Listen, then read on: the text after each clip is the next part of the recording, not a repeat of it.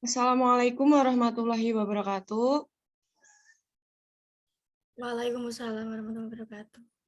Yang terhormat Bapak Bahrudin dan teman-teman yang berbahagia. Pertama-tama marilah kita panjatkan puji dan syukur kepada Allah Subhanahu wa taala karena telah memberikan rahmat dan kesehatan sehingga kita berkumpul di ruang Zoom ini. Adapun topik yang akan kami bahas adalah Islam, Kebudayaan dan Kearifan Lokal. Sebelumnya, perkenalkan nama saya Rizka Putri Mailani yang akan bertugas sebagai moderator pada hari ini. Adapun anggota kelompok saya adalah Zuhairina Firdaus, Sinta Aulia Anissa, Agustina Rizkia Putri. Baik, teman-teman, langsung saja kita mulai dengan mengucapkan bismillah bersama-sama. Bismillahirrahmanirrahim. Selanjutnya adalah pemaparan materi yang akan disampaikan oleh Sinta Aulia. Pada Mbak Sinta, saya persilahkan. Terima kasih Mbak Rizka. Baik, saya akan memaparkan materi. 1. Apa itu kebudayaan? Kebudayaan adalah hasil dari sebuah cara hidup yang terbentuk dari berbagai macam unsur yang rumit. Unsur yang disebut di sini adalah agama, politik, ekonomi, sosial, bahasa, seni, dan lain-lain. Kebudayaan ini adalah hasil cipta rasa atau akal budi manusia yang terwujud secara alamiah dalam kehidupan komunal.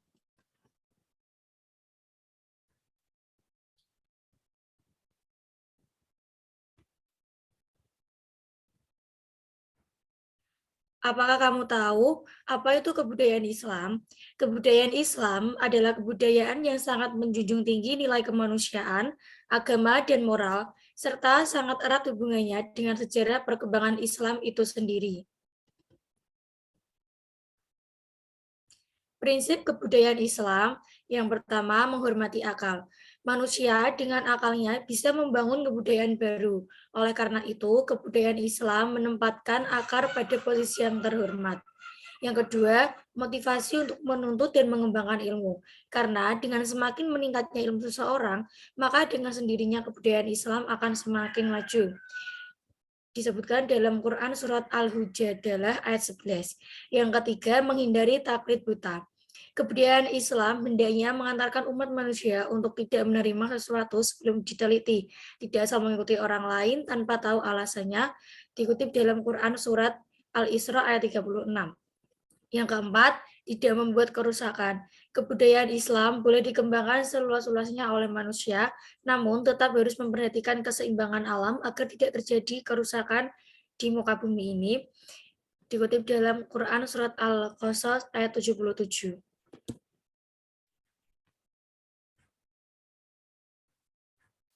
Ibnu Khaldun memberikan penjelasan bahwa al-afidah atau akal dan agama manusia ini ada 3 jenis. Yang pertama, akal dan gizi atau pembeda. Dengan jenis akal ini, manusia bisa membedakan mana yang baik dan tidak, mana baik dan buruk, dan seterusnya. Yang kedua, akal tajribi atau empiris. Dengan jenis akal ini, manusia memiliki pengalaman-pengalaman. Yang ketiga, akal nadori atau teoritis. Dengan jenis akal ini, manusia mampu menciptakan teori dan mencari solusi dari setiap problematika yang dihadapi.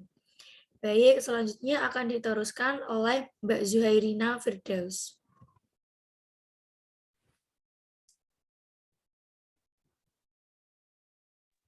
Baik, saya akan melanjutkan presentasi yang selanjutnya. Nomor 2, kearifan lokal. Apa sih local wisdom itu?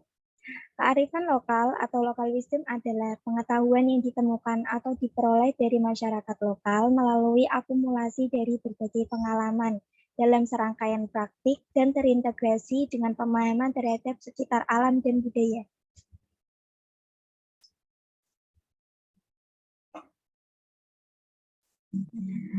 Contoh kearifan lokal ada grebek.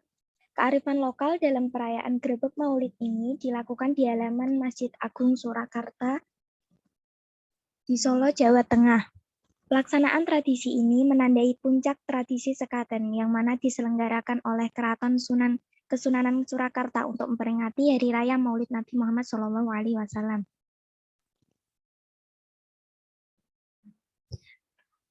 Lalu contoh kearifan lokal di Indonesia yang pertama ada tahlilan. Biasanya dilakukan 7 hari, 40 hari, dan seterusnya.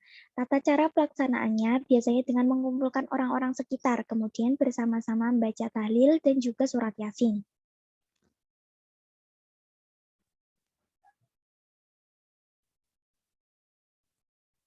Lalu yang kedua ada selamatan.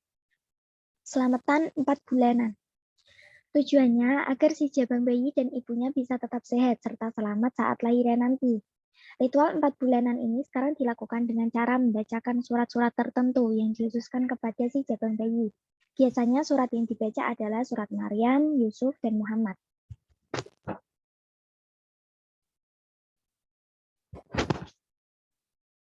Selanjutnya akan dilanjutkan oleh Mbak Agustina. Baik, saya akan melanjutkan presentasi dari Mbak Suha.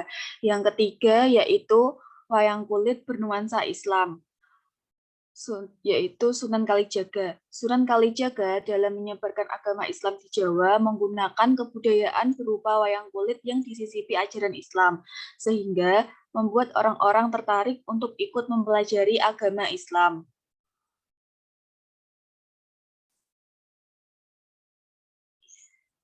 Selanjutnya yaitu hubungan Islam dengan kebudayaan serta kearifan lokal. Kehadiran Rasulullah dan Islam di tengah-tengah masyarakat Arab jahiliyah saat itu yang sudah memiliki banyak kebudayaan dan kearifan lokal tidak serta-merta meninggalkan, bahkan menghapus budaya dan kearifan lokal yang berlaku di dalamnya. Islam yang dibawa oleh Nabi Muhammad bisa beradaptasi dengan cara menyeleksi budaya dan kearifan lokal masyarakat Arab pada waktu itu. Banyak sekali budaya di tengah mereka yang dikuatkan kembali oleh Islam, dan ada pula budaya yang sudah tidak lagi sesuai, dirubah dan dimasuki dengan nilai-nilai Islam.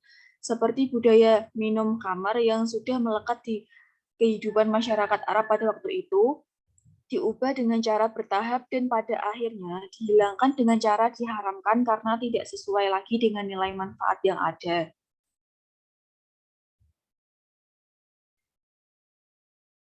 Dalam kehidupan sosial di saat baginda Nabi Muhammad hadir di tengah mereka, budaya menghormati tamu sudah menjadi kearifan lokal mereka. Kemudian hal ini diapresiasi oleh baginda Nabi melalui sabdanya. Dalam kehidupan ritual ibadah pun, kehadiran Islam masih mengadopsi budaya yang ada dengan memodifikasinya agar sesuai dengan tauhid akhlak dan kemanusiaan, seperti ibadah tawaf yang sebelumnya dilakukan dengan telanjang, kemudian dimodifikasi dengan memakai pakaian ihram. Kemudian, setelah Islam bertemu dengan budaya dan kearifan lokal di luar Jazirah Arab Islam, sama sekali tidak membuang keseluruhan atau mengambil keseluruhan budaya dan kearifan lokal itu. Islam memberikan muatan prinsip-prinsip dan nilai-nilai Islam seperti kejujuran, keadilan, kemanusiaan, dan kesamaan. Dari uraian di atas bisa dipahami bahwasanya Islam sebagai agama merupakan filter budaya dan di sisi lain Islam juga melahirkan budaya. Jadi kita bisa menemukan titik temu antara Islam dan budaya atau kearifan lokal. Baik, terima kasih teman-teman. Dari pemaparan materi yang disampaikan oleh teman-teman dapat disimpulkan bahwa antara kebudayaan dan Islam saling melengkapi dalam rangka keharmonisan kehidupan manusia. Jadi kebudayaan merupakan upaya penjelmaan diri manusia dalam usaha menegakkan eksistensinya dalam kehidupan. Sehingga kebudayaan adalah susunan yang dinamis dari ide-ide dan aktivitas-aktivitas yang saling berhubungan dan mempengaruhi satu sama lainnya secara terus-menerus. Untuk kemudian agama sebagai sandarannya berupaya menjadi fondasi keselamatan umat manusia. Oleh karena itu, pada prinsipnya agama dan kebudayaan merupakan subjek dan objeknya, yaitu sama-sama terdapat pada diri manusia. Kearifan sosial tentu saja harus digali dalam maknanya yang penting, yang paling substansial dari tradisi lokal dan kemudian secara selektif ditarik ke dalam nilai-nilai keadaban. Dengan kata lain, tidak semua tradisi lokal mengandung nilai keadaban dan karena itu tidak semua tradisi lokal menjadi sumber bagi kearifan lokal. Bagi kita, tradisi lokal harus terseleksi untuk ditransformasikan ke dalam kearifan lokal dan harus paralel dengan nilai-nilai ajaran Islam yang telah menjadi world life atau pandangan dunia bagi setiap muslim. Baiklah, sekian presentasi dari kelompok kami. Diskusi akan dilanjutkan di grup WA. Apabila banyak salah kata, saya mohon maaf. Wabillahi taufiq wal hidayah. Wassalamualaikum warahmatullahi wabarakatuh.